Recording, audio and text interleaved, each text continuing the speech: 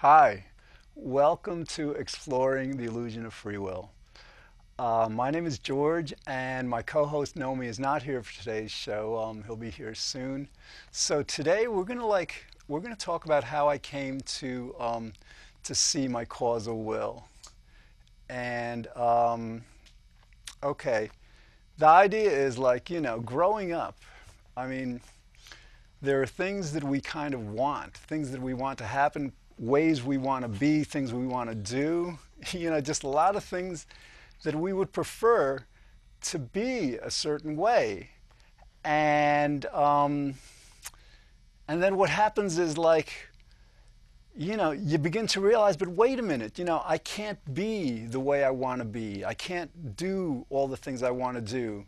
And that's what happened with me as I was growing up. I had these things that I wanted to do, uh, ways I wanted to be, goals. And yes, some were accomplished, some were achieved, but others just were not. And it seemed like regardless of what I did, what I didn't do, it just seemed very evident that that this, certain goals just were not going to happen. And and I think that's probably how I came to understand that free will is really an illusion. That basically we you know our lives are causal, our wills are causal. Um, okay, let's talk about this. For example, right now, well, we're going to do another show where I go into this in real time, actually. But for now, let's just talk about my past. My past. Doing this show. Okay, doing this show. It's not something that I would have planned, let's say 3 years ago, 4 years ago. Before that, it was completely out of the radar, and so what led to doing this show? Well, it was a series of events, a series of situations. First, I had some friends. I had some friends years ago, and we did a cable TV show on spiritual and psychological issues, and it was a lot of fun.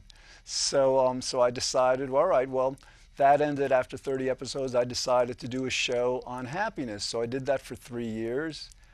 And so, between those two shows, there was experience, in doing this. But the thing is that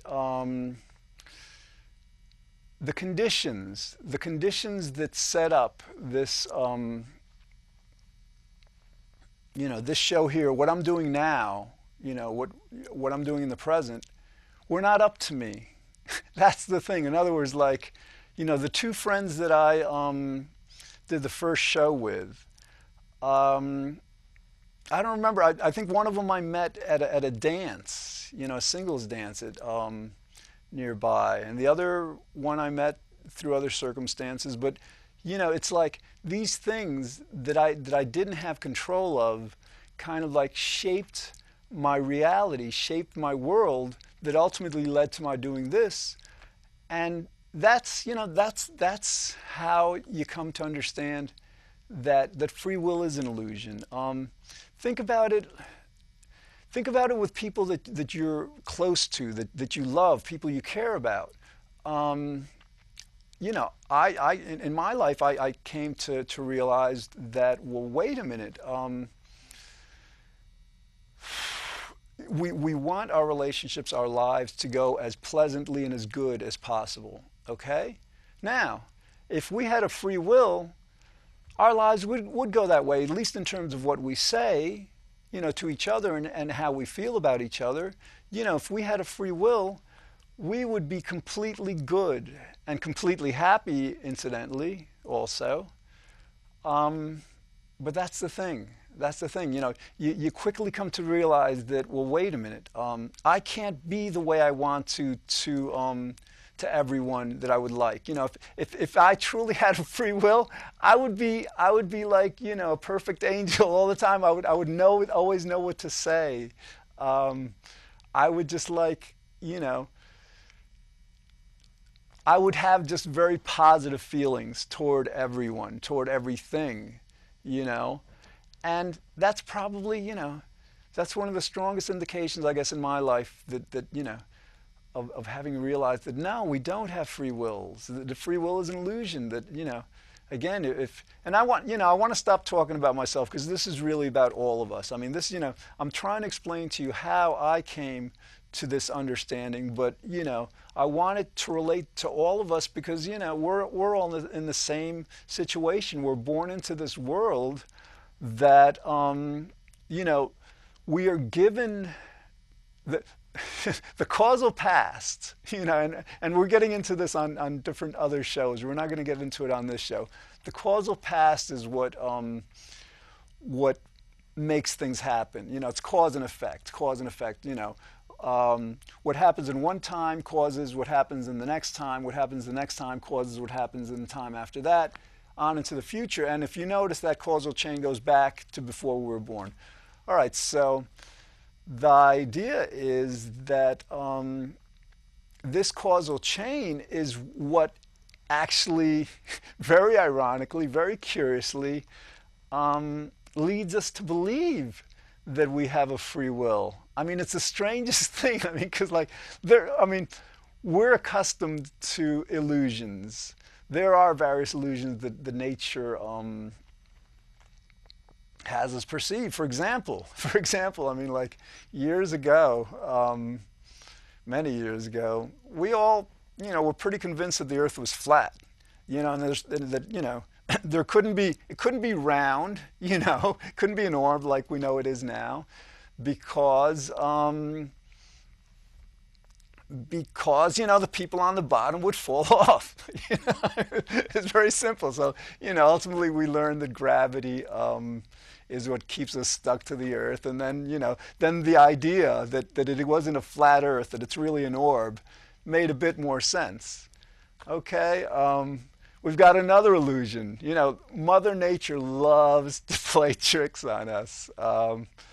Another illusion is that our world, this planet Earth, is completely motionless. That it's, I don't feel anything moving, everything is still. And I'm not sure I can explain the entire physics of this, but the reality is that we're hurtling through space at 660,000 miles per hour, at least around the sun, as we revolve around the sun.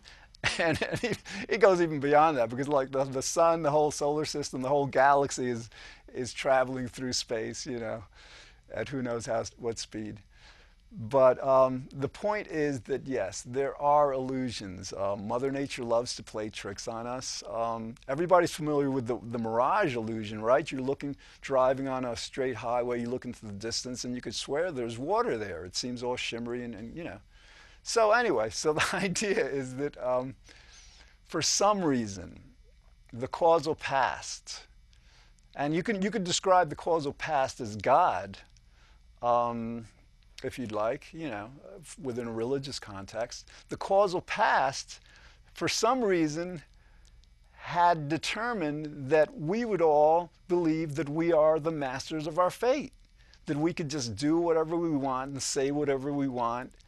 And it's just such an irony. It's such a paradox that that reality, objective causal reality, would compel us to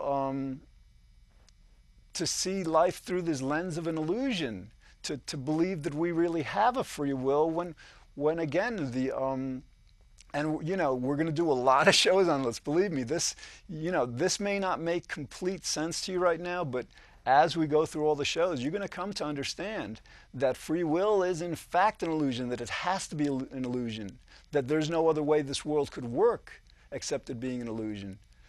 So the idea is, yeah, the causal past gets us to believe this, to see reality this way, and all right, so now, like, let's bring it back to the present.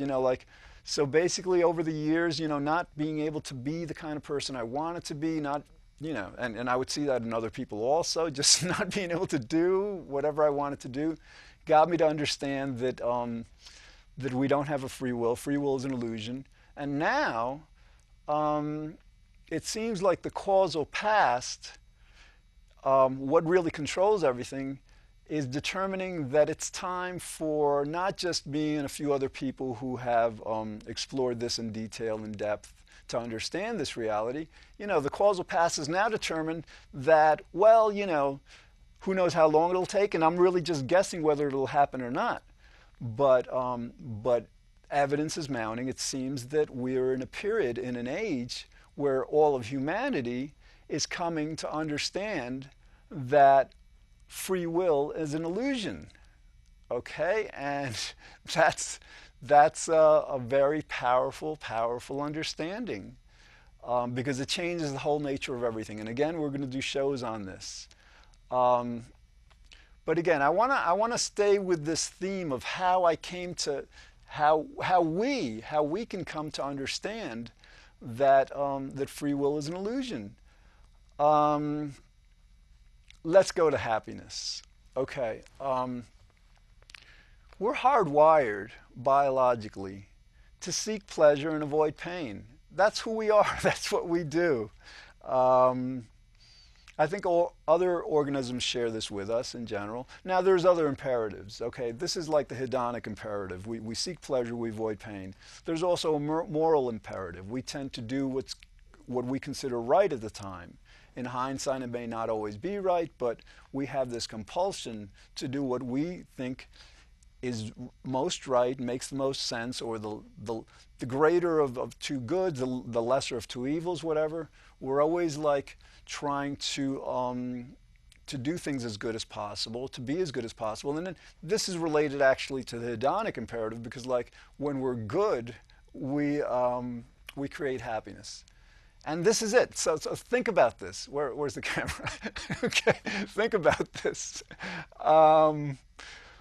We're hardwired. We can't but seek pleasure, okay, and avoid pain. So when we're in a circumstance, all right, and we're given a choice between two options, what to eat, what movie to see, what friends to be with, what to do, etc., we're always going to choose the one that we believe is going to bring, actually it's going to be the greatest pleasure to us, but it's not just about us, it's about other people also. So sometimes it's the greatest good for the greatest number. That might be a fairer way to describe that. So, and we can't avoid that. We are programmed to always do what we think is going to make us happy. Now,